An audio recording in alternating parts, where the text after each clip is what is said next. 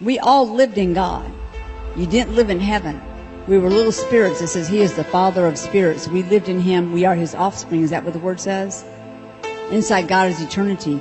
Every time conception takes place, He takes that little spirit, just like an atom, and He breathes it out of Himself. The Holy Spirit takes it, brings it down to earth, and in Jeremiah it says, He knit you together in your mother's womb. He takes that little spirit being, and He knits it to that little bit of flesh, and it becomes a living human being. If you ever wanted to know what the knitting was, it was the spirit to the flesh. Otherwise, that spirit would be going right back up to heaven. And sometimes if they knew it was waiting, maybe they would have. But we really did. We all lived in Him. It says we were chosen where? In Him from the foundations of the world. There are many scriptures in the Word that talk about it, and we just don't get it. It goes right past you, and you don't realize He's showing you the truth. We lived in Him. He sent us to earth so He could live in us. Is that right? And then one day, we're all going to live together. That's the mystery of life right there. Let's go home. I'm not going to do that to you. But we did. We all lived in Him. And guess what? We had personalities. You didn't have a body like this. You weren't a spiritual being that lived in heaven. You weren't a created being. All of God's little kids who ever came to this earth all came from Him. That is why He wants the vilest sinner set free. They're all His kids. They're just lost. He wants them to know Him. The only predestination He ever had was this: I will predestine them to come to earth and then come back to me. He never predestined anyone to go to hell. Hell was made for the devil and the demons. It wasn't made for His kids. Unfortunately, when they reject Him, that's where they're going to go. Unless you're praying for them. Are you praying for your family members? You can just say what they say in heaven. If you don't know how to pray for them, you remember these words. You got rascals in your family, everybody has them. And they're running from God, laughing at you, saying they don't care about God, or He doesn't exist. He's about to do something different in this day and age. He's going to bring restoration to families. He's going to call in a harvest of your loved ones that you have been praying for years. You know what they do when they get to heaven? They follow you all the time, thanking you. You will have some of those heartfelt thank yous. Thank you for not giving up on me. Thank you. Even when I cursed you, you loved me. If you hadn't prayed for me, I probably wouldn't be here. They're overwhelmed with gratefulness. And you'll probably have to put up with them for a long time. You finally say, look, you're here. That's all that matters. I am so happy. So you don't have to bring it up again, but they will. They will try to tell you how thankful they are that you did not give up on them. God did not give up on you, did He? He doesn't want to give up on them either. He loves them. When we were in God, we all played together. We knew each other. And you know what He's doing during these days and age? He's actually connecting people back. You don't know it, but I can't tell you how many times people have said, I think I know you.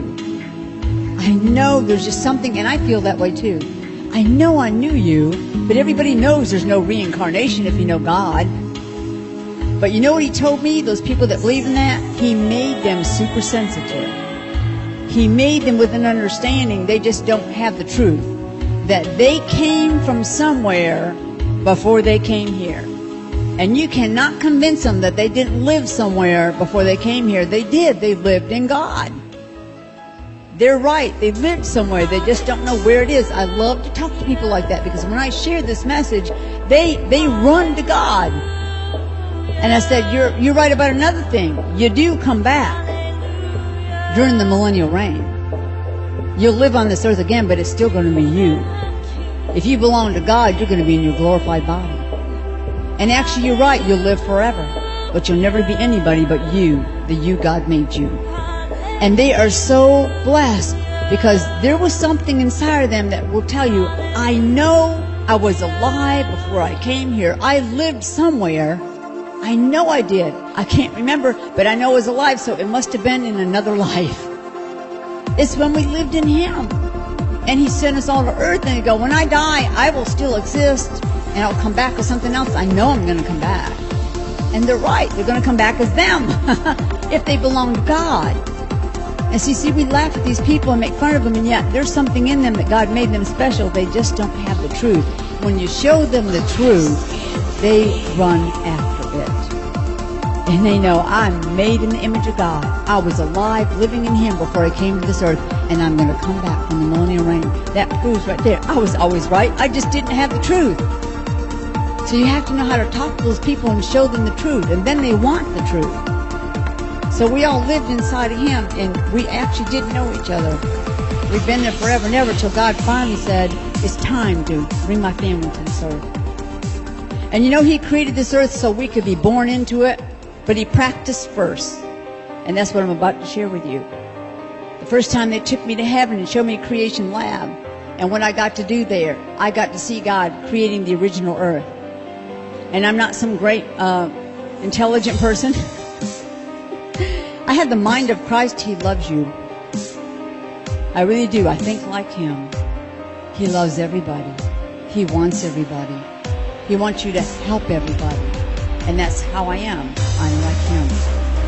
And I can tell you right now that you will have so much revelation given to you after you get to heaven, that He wants you to have some right now on this earth, or you wouldn't be here. So I'm going to share from Genesis 1:1, because that's where it starts. And between 1:1 and 1:2 are millions of years. I'm going to show you that too. And when I tell this to creationists, I actually got to speak in a creationist church. He's an archaeologist.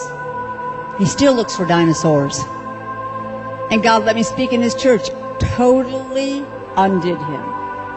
Completely undid him. I share this with scientists, and they become undone because they knew certain things that happened by looking at the earth, but they have no way to prove what happened. And then I share what God did, and then they see it completely, totally. It's amazing what Revelation does. In Genesis 1:1, in the beginning, God created, that is past tense, the heavens and the earth. He made them. They were done and they were completed. That's verse 1. They were perfect. When God makes something, it's finished. In verse 2, something's happened. The earth is here, but it's not like it's completed. And you know, if it was the beginning, he would have really started at the beginning where there was nothing there. But in verse 2, the earth is void and without form. And his spirit is hovering over the waters. Where did the water come from? When did he create the water? I'm going to tell you when he created the water. He starts separating things on the earth that was already here. Something happened in those millions of years between 1:1 and 1:2. When you go to Creation Lab, one of the things you get to do is go into this amazing huge room. This whole building looks like a big emerald. It's got facets in it. And every facet has creation taking place when you look in it. It's like a mirror of creativity. When you walk around the building and look, just the outside of the building is fascinating. And you go in here, and I was standing in the middle, and the Father goes, what would you like to know? What do you say when he asks you that? And he doesn't always ask me things. He just takes me and shows me things. But he was going to show me something he really, really wanted his kids to know. And I said, I would love to see you create the original earth. I've always been fascinated with dinosaurs and outer space. And I don't know why, but two very foreign things it seems like. But actually they're not. Because they all kind of got created at the first. I always wanted to know about dinosaurs and outer space. And now I know about both. He gives you the desires of your heart. And so I'm standing there, and all of a sudden, out of nowhere, this happens a lot in heaven, things appear all the time in front of you. This pedestal platform came up out of the floor. I went and stood on it, and all around me was this beautiful hologram. And there was darkness, and all of a sudden, here comes the Father. I see the Father appear. He's appearing, and he starts saying something, and then something comes in his hand, and he's throwing the planets out in space. You see him create them one at a time and throw them out into space. Isn't that amazing? You see him creating heaven. Because in the beginning it was him, the Word, the Holy Spirit, and him. And that's all there was. They created heaven too. They made that too. You actually see them do that too. I skipped that part and go right to the earth because that's the part I'm excited about. You literally see them creating it. He recorded it all, so when you got home to heaven, you didn't have to wonder about it. You literally saw it. These things are so real that I felt like if I reached out, I could touch them. They're just beginning to understand holograms on the earth, but let me tell you, they got it down up there. And a lot of things are shown to you by hologram. You actually think you're walking into people, and it's not. It's holograms. It's awesome. So I'm watching God, and He's throwing the things out into outer space. The whole galaxy is just throwing them out there. All the stars, throwing them out there. It was amazing. And then I see Him take something in His hand, and He's making the earth. I recognized it. Except for one thing. There was one landmass on that earth. He sets it in space like that, like it was an ornament. And then He takes His hand and fills it with water, and He pours it on this earth. Right out of His hand. The ocean, one sea, and there's one huge landmass on it, and all the water's all the way around it. And I went, I knew that was the way it was.